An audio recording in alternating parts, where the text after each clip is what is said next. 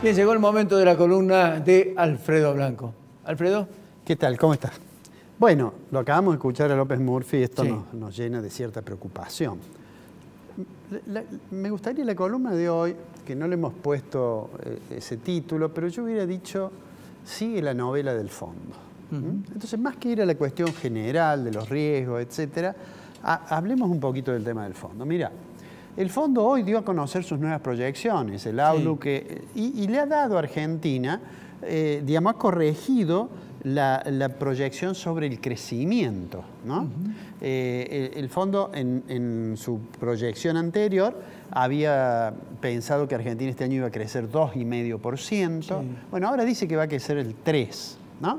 No hay una diferencia sustancial. Y dice que el mundo va a crecer el 4%, que es un poco menos de lo que había dicho en el Outlook anterior. ¿Por qué voy a esto? Porque una de las cosas que decía López Murphy es sobre el clima general en la economía mundial, que de alguna manera va permeando la voluntad del fondo para tratar de ser lo más cooperativo posible, ¿no? Y entonces se extiende la negociación.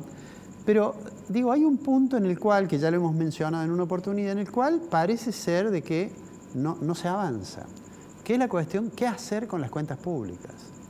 El fondo dice, mire, usted tiene que llegar al equilibrio fiscal a fin de 2024. Y el gobierno dice, no, mire, yo voy a llegar en 2027.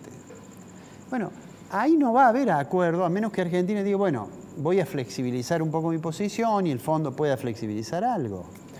Pero si no, van a ir pasando los días y como yo comentaba en el bloque anterior, este viernes hay que pagar 700 millones, que es cierto que podemos usar el saldo que ha quedado de los DEC, de los derechos especiales de giro, pero el lunes hay que pagar 300 millones de intereses y el 22 de marzo hay que pagar de nuevo una cantidad importante y el central no está en condiciones de afrontar eso, porque Argentina no tiene reservas a pesar de haber tenido un saldo del balance comercial el año pasado que ha sido un récord. Mira, Ricardo, el año pasado tuvimos una cosecha récord, tuvimos precios internacionales muy buenos, tuvimos un saldo de balance comercial, es decir, de exportaciones menos importaciones, muy importante.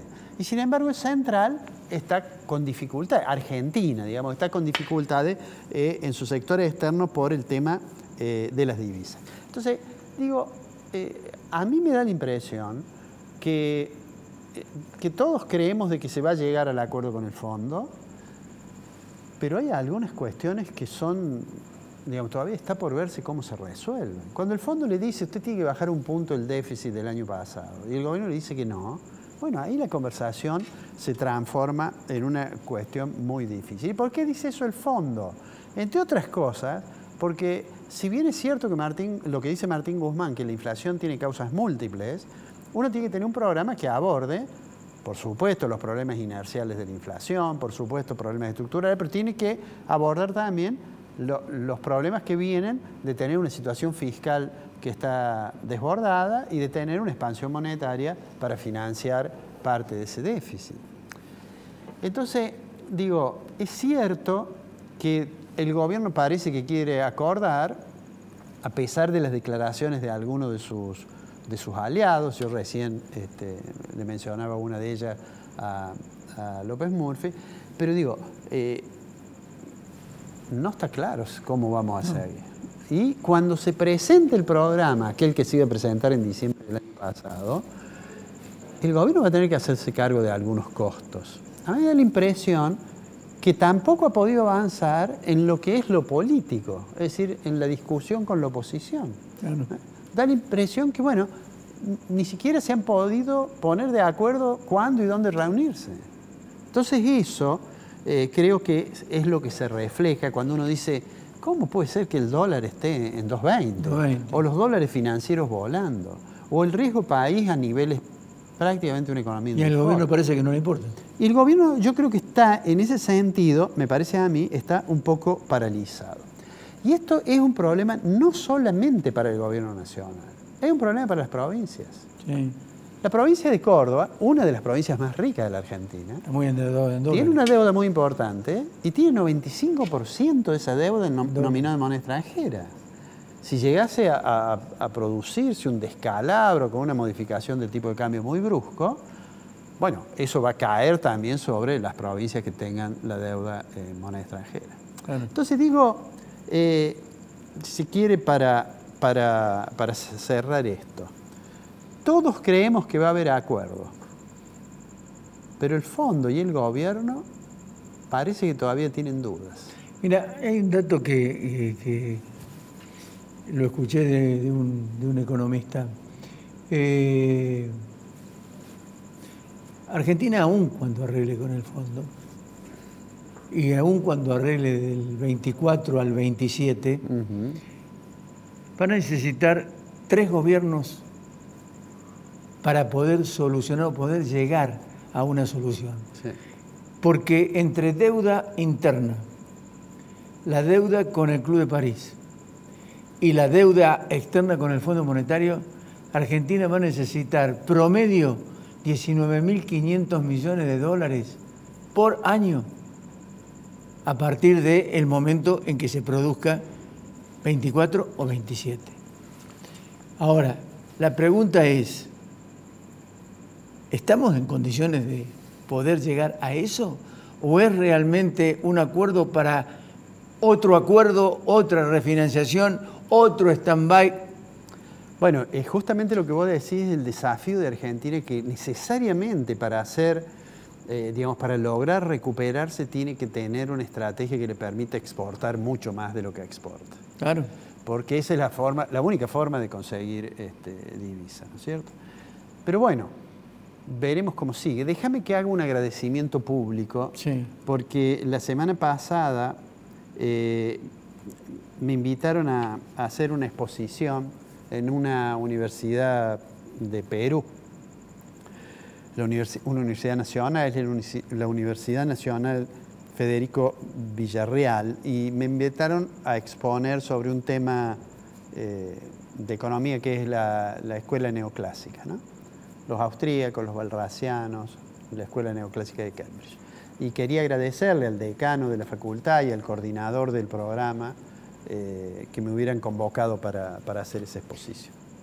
Bueno, buena hora. Fue una experiencia muy interesante. Ya estamos en el ámbito internacional. En algún momento lo tuvimos. Pero digo, volviendo entonces a la columna, pero pasé este aviso porque justo lo acabo de ver aquí.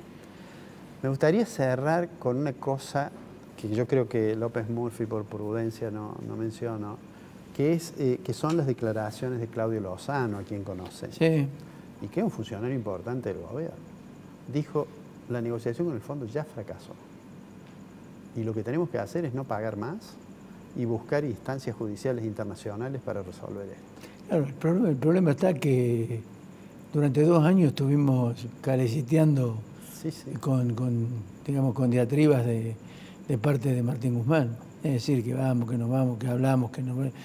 Y después las consecuencias políticas que tiene. Vamos a pedir con Cafiero a Blicken que nos ayuden con el fondo, y después tomamos decisiones ideológicas en contra precisamente de quién le vamos a pedir la escupidera, como sí, se dice vulgarmente. Sí, sí, es un tema complicado. Y después hay otro dato más, que a mí me preocupa en demasía, y que es el ajuste. Bueno, ese es el paso siguiente. Bueno, yo lo he dicho varias veces, algún ajuste va a haber. Cuando el fondo dice que sería bueno que haya consenso entre todas las fuerzas políticas, es porque obviamente si uno otorga un programa de facilidad extendida a 10 años, obviamente al acreedor le tiene que interesar qué piensan los que hoy no están en el gobierno, pero que a lo mejor pueden llegar a estar.